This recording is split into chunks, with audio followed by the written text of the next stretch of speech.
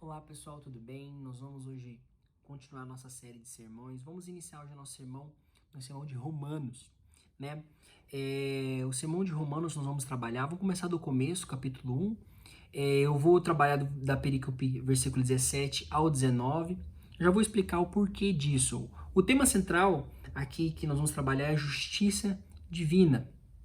Vamos abrir o texto lá em Romanos capítulo 1, versículo 17 ao versículo 19. Fala assim, ó.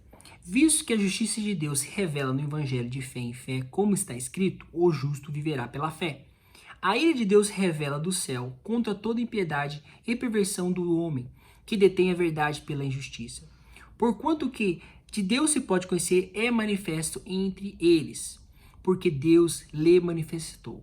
A primeira questão introdutória que nós devemos ter em conta aqui é que do versículo 1 ao versículo 16, o Paulo ele faz uma apresentação de si mesmo, ele fala sobre o seu ministério, fala a respeito da sua mensagem básica, e ele fala o seguinte, ele pega e faz uma apresentação aos irmãos de Roma. É interessante aqui que no versículo 13 ele fala que ele nunca teve com os irmãos de Roma. Aqui é também uma outra questão que nós não sabemos quem plantou a igreja de Roma, né? Segundo a tradição foi Paulo e Pedro, mas não há evidências históricas para isso.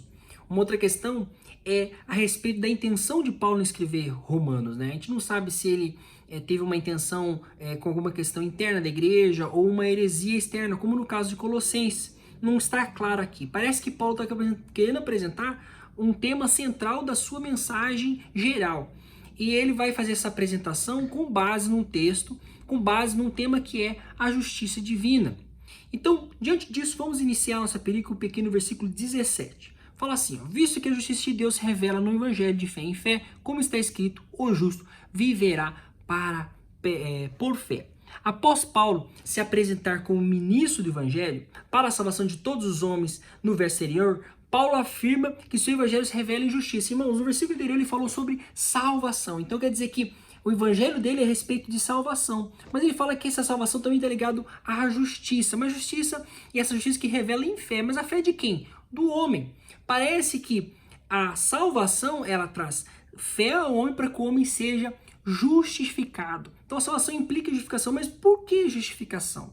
Então vamos para o próximo versículo. Versículo 18 fala assim, a ira de Deus se revela do céu contra toda impiedade e perversão dos homens, que detém a verdade pela a injustiça. Então, a questão que central é a seguinte, é que Deus está irado com o homem. Por quê? Porque o homem é perverso, o homem é ímpio. E por que o homem é ímpio e perverso? Porque ele detém a verdade. E porque ele detém a verdade, ele é injusto. O homem é injusto porque ele detém a verdade. Ele detém a verdade, então ele é ímpio e perverso. Então Deus está irado contra ele. Mas pense aqui que a questão central é deter a verdade. Que verdade é essa? Vamos para o próximo versículo, versículo 19. O versículo 19 fala o seguinte, porquanto que Deus se pode conhecer é manifesto entre eles, porque Deus lhe manifestou. Então, irmãos, a verdade que o homem detém, qual é essa verdade? É a verdade do conhecimento de Deus. Isso quer dizer que Deus se revelou ao homem, Deus se manifesta a todo homem. Seja gentil, lembra que ali no início ele está trabalhando com os gentios e com os judeus, é com todos os homens. Deus se revelou a todos os homens, só que o homem detém essa verdade do conhecimento de Deus. Então Deus, ele revelou a sua grandeza, o seu poder, mas ele detém essa verdade. E aqui nós podemos entender o seguinte, então como Deus é conhecido do homem, ele é conhecido do homem, mas ele pega e detém essa verdade, então ele é injusto, ele é ímpio, ele é perverso.